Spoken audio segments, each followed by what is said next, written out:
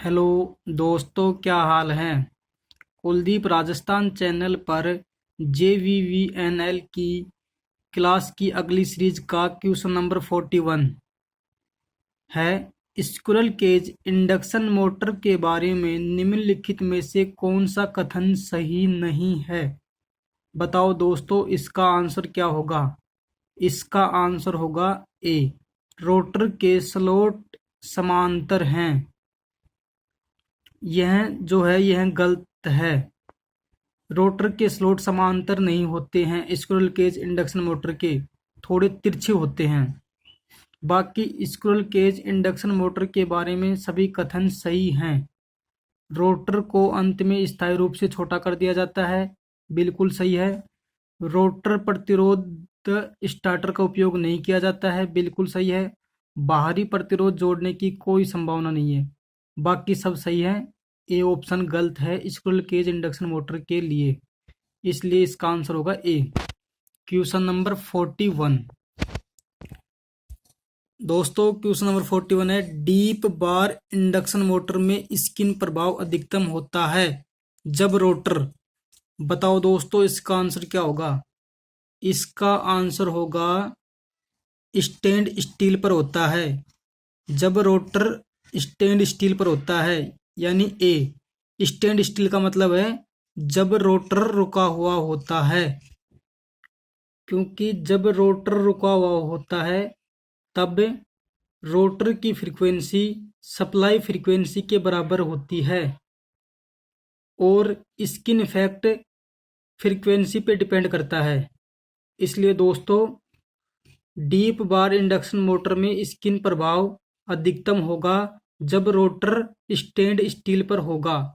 Stand steel का मतलब होता है ठहराव या रुका होना।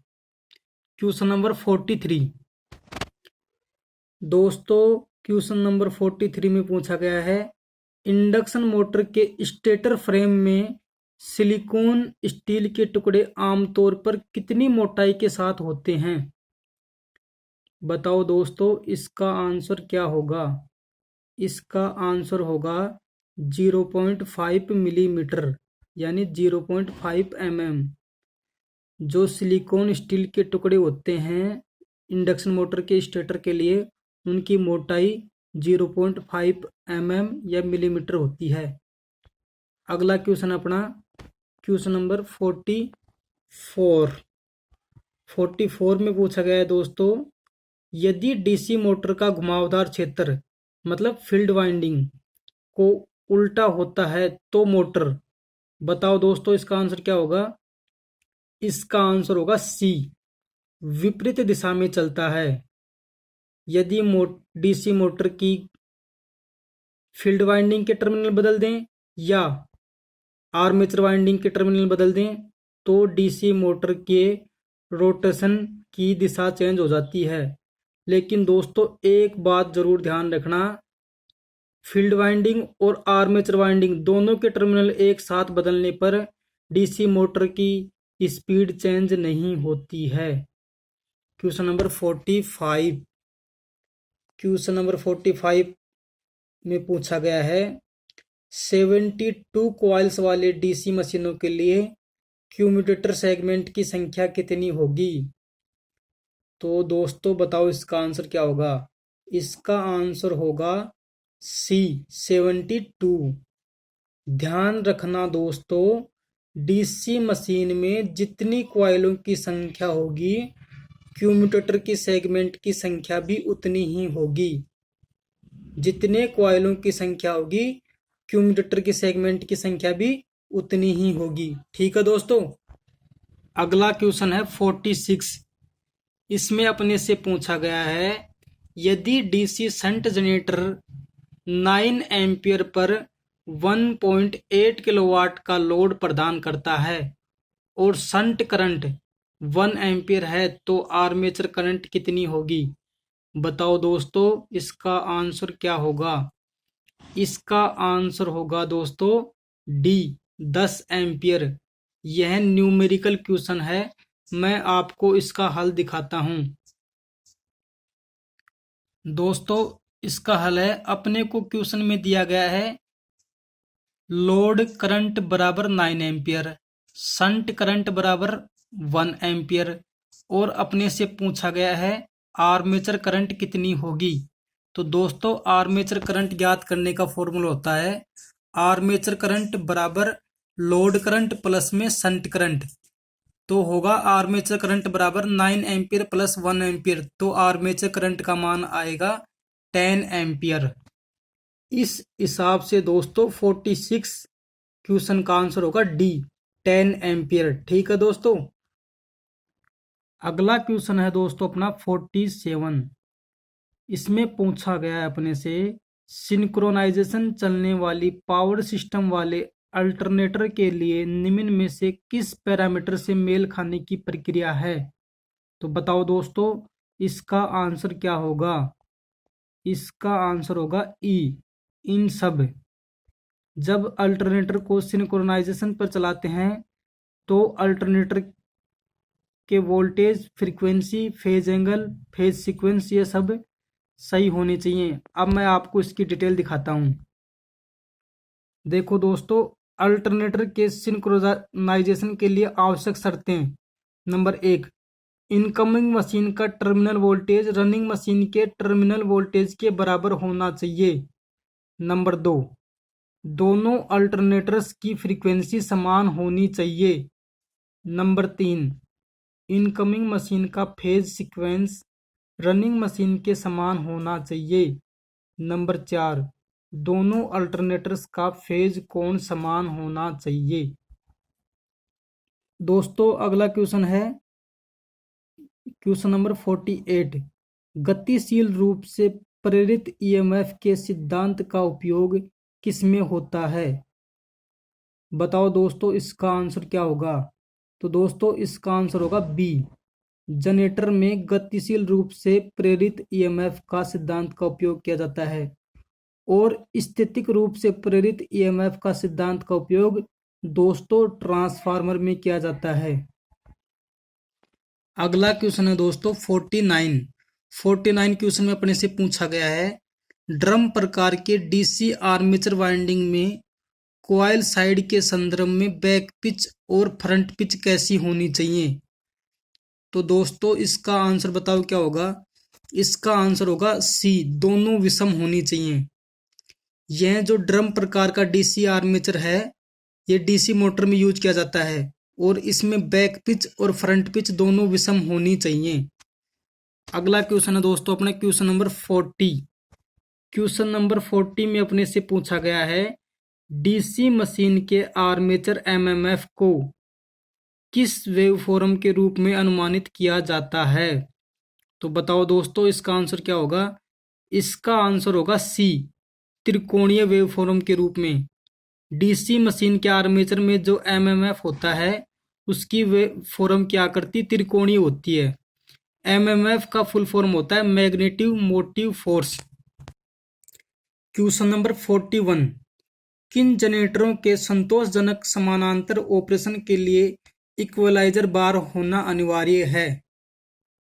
बताओ दोस्तों इसका आंसर क्या होगा। इसका आंसर होगा ई, ए और सी दोनों डीसी सीरीज और ओवर कंपाउंड डीसी जनरेटरों के लिए अगर संतोषजनक समानांतर ऑपरेशन के लिए इक्वलाइजर बार होना अनिवार्य यानी कंपलसरी है।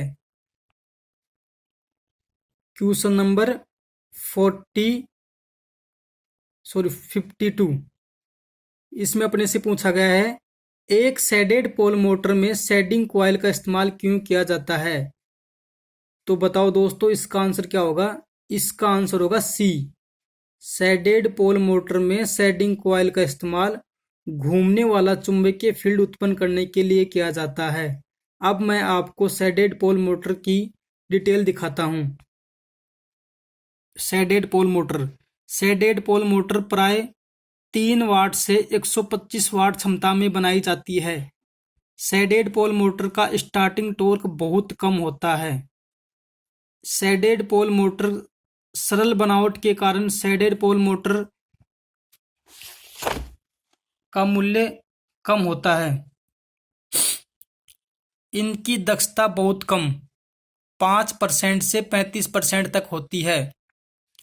निम्न स्टार्टिंग टॉर्क के कारण शैडेड पोल मोटर का उपयोग हल्के कार्यों जैसे छोटे मेज पंखे, हेयर ड्रायर, खिलौने, विद्युत घड़ी आदि में किया जाता है। शैडेड पोल मोटर की घूर्णन की दिशा परिवर्तित नहीं की जा सकती है। क्वेश्चन 53, डीसी मोटर के फील्ड कॉइल आमतौर पर किसके बने होते हैं? तो दोस्तों इसका आंसर होगा बी, तांबा। डीसी मोटर की फील्ड कॉइल तांबे यानी कॉपर की बनाई जाती है। एक बात ध्यान रखना, मोटरों की वाइंडिंग एल्यूमिनियम के वायर से भी की जाती है। क्वेश्चन नंबर 54, बिजली से चलने वाले खिलौनों में आमतौर पर कौन सी मोटर होती है? तो दोस्तों इसका आंसर होगा B, shaded pole motor.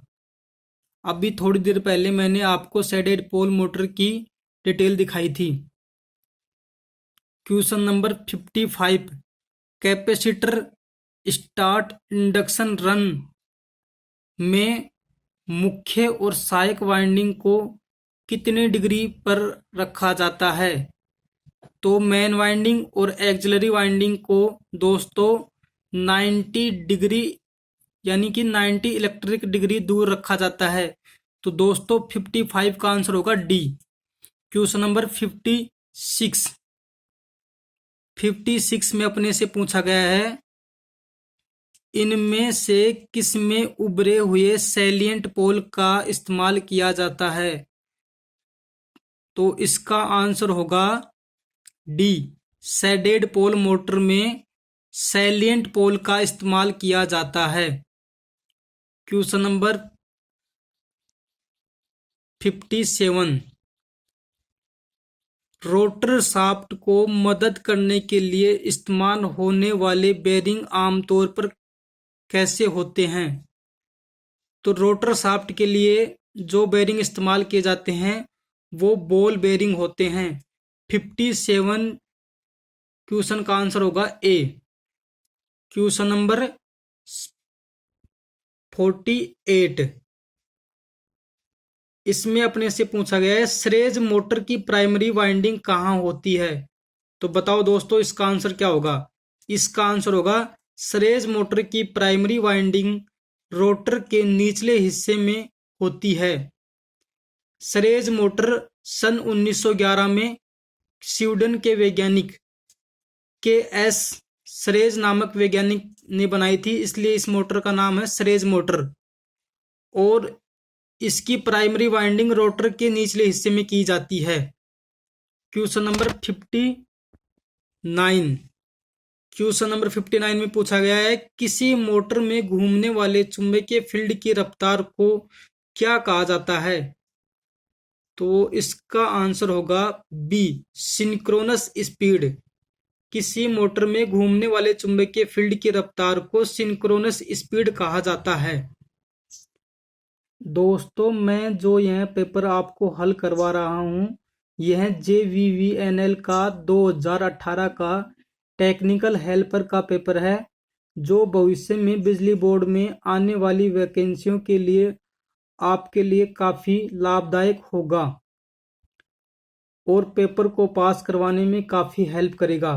Question number 60, इनमें से कौन से वायर का इस्तेमाल आमतौर पर पावर पोल और वेदर हेड के बीच सिंगल फेज सर्विस ड्रॉप कंडक्टरों में किया जाता है? तो इसका आंसर होगा ट्रिपलेक्स वायर ए। दोस्तों प्लीज चैनल को लाइक, शेयर एंड सब्सक्राइब करें। धन्यवाद।